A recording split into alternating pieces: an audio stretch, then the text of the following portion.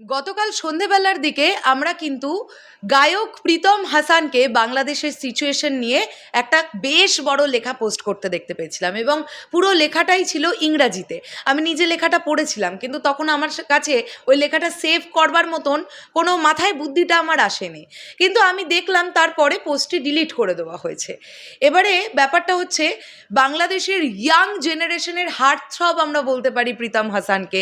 রিসেন্টলিও তিনি তুফান cinema, megastar তুফান সিনেমার লাগে উড়াধুরা গানটা দিয়ে যেভাবে একটা বিরাট বড় আকৃতিতে আবারও মানুষের ভালোবাসা পেয়েছেন, বাংলাদেশের এরকম একটা কারেন্ট সিচুয়েশনে তার তরফ থেকে কিন্তু আমরা কোনো রকম পোস্ট পাইনি। এবং আমরা কেন পোস্ট পাইনি, তিনি কেন চুপ ছিলেন, এবং তিনি এটা বললেন যে আমি ভীতু, এবং এর জন্য আমাকে আপনারা ক্ষমা করুন। যদি আপনারা ক্ষমা না করেন, আমি ক্ষমা চাইতেই থাকবো। তো আপনারা তো আর সোশ্যাল মিডিয়াতে প্রীতম হাসানের সেই পোস্টটা দেখতে পাচ্ছেন না। আমি এখন এই ভিডিওতে বলবার চেষ্টা করব আপনাদের, বা জানাবার চেষ্টা করব যে প্রীতম হাসান এক্স্যাক্টলি কি লিখেছিলেন যে পোস্টে তিনি ডিলিট করেছেন। কেন ডিলিট হলো, কি বৃত্তান্ত, আমি কিচ্ছু জানি না। অবশ্যই বিএমআরকে থ্যাংক ইউ, পুরো ইংরেজি পোস্টটাকে তারা বাংলায় কিন্তু অনুবাদ করে দিয়েছে। তো সেখানে প্রীতম হাসান এটাই লিখেছিলেন, আমি কখনোই রাজনীতির সঙ্গে যুক্ত ছিলাম না, এমনকি আমার পরিবারও নয়। আমার জীবদ্দশায় সোশ্যাল মিডিয়ায় মিউজিক ছাড়া আমি কখনো রাজনৈতিক ভাবাদর্শ কিংবা অন্য কিছু নিয়ে কথা বলিনি। একটা সময় ছিল যখন আমি কথা বলতে চেষ্টা করেছিলাম বা বিশ্বব্যাপী আমাদের সংস্কৃতিকে তুলে ধরার জন্য নির্দিষ্ট কিছু কোম্পানির সাথে কাজ করেছিলাম। যেহেতু এটি উপস্থাপন করার জন্য আমাদের আর কোনো প্ল্যাটফর্ম নেই, এটা ব্র্যাকেটে লেখা, কিন্তু মানুষ এটা নিয়ে অপ্রয়োজনীয় তর্ক বিতর্ক করত, নিষিদ্ধের দাবি জানাতো, এমনকি আমি এজন্য মৃত্যুর হুমকিও পেয়েছিলাম। তাই আমি ভাবলাম ফ্যানবেস বাঁচাতে অধিকাংশ পাবলিক ফিগারের মতো নিরাপদ ও নিরপেক্ষ বিবৃতি দেওয়ার থেকে চুপ থাকাটাই ভালো। এরপর যখন তারা বুঝলো যে বাইরে গিয়ে বিবৃতি দেওয়াটা নিরাপদ, তখন সেফ খেলার জন্য তারা তাই করলো। আপনি অবশ্যই দুই নৌকোয় পা দিয়ে চলতে পারবেন না এবং সরকারের দিকে সহানুভূতি ছুড়ে দিতে পারবেন না, বিশেষ করে তারা যা করছে তারপরও।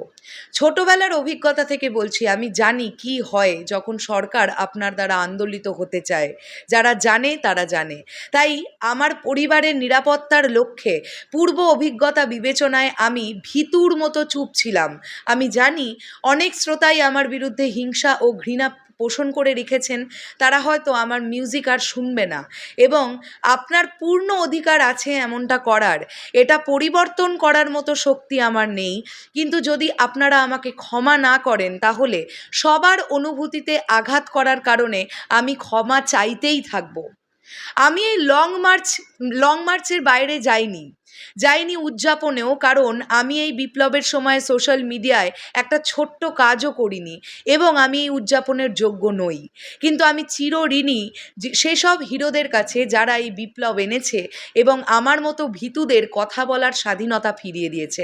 তারাই আসল হিরো, যাদেরকে ভালোবাসা উচিত এবং উদযাপন করা উচিত। এই পুরো পোস্টটি প্রীতম হাসান ইংরেজিতে লিখেছিলেন। তো আমি জানি না এক্স্যাক্টলি কী কারণে এই পোস্টটি ডিলিট হয়েছে। তো আমি তোমাদের কাছে প্রেজেন্ট করার চেষ্টা করলাম যে প্রীতম হাসান এক্স্যাক্টলি কি বলেছেন। এবং প্রীতম হাসানের পরে এখন আমরা কথা বলবো বলিউড অভিনেত্রী সোনাম কাপুরকে নিয়ে। বন্ধুরা, আমরা একাধিক বলিউড অভিনেতা অভিনেত্রীদের কিন্তু দেখেছি বাংলাদেশের সিচুয়েশন নিয়ে তারা কথা বলেছেন। তো তাদের মধ্যে সোনাম কাপুর যে বিবৃতিটি দিয়েছেন বা যে কথাগুলি বলেছেন, সেগুলো বাংলাদেশেরই গণমাধ্যম চ্যানেল 24-এর তরফ থেকে আমাদের কাছে এসেছে। তো সেখানেই আমরা দেখে ফেলি যে বলিউড অভিনেত্রী সোনাম কাপুর তিনি কি বলছেন। বিশ্ব এখন তাকিয়ে আছে বাংলাদেশের দিকে। বৈষম্য বিরোধী ছাত্র আন্দোলন কেন্দ্র করে উত্তাল ছিল পুরো দেশ। এরপর একের পর এক ঘটনায় প্রাণ হারিয়েছে একাধিক শিক্ষার্থী।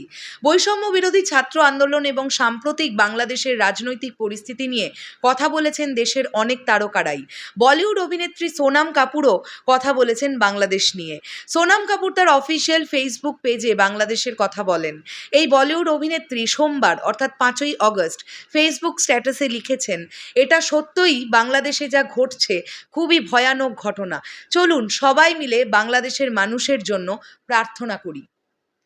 তো এই ছিল এখনকার ভিডিও। প্রীতম হাসান এবং অভিনেত্রী সোনাম কাপুর তাঁরা দুজন বাংলাদেশ নিয়ে কী বললেন সেটাই তুলে ধরার চেষ্টা করলাম এই ভিডিওর মাধ্যমে।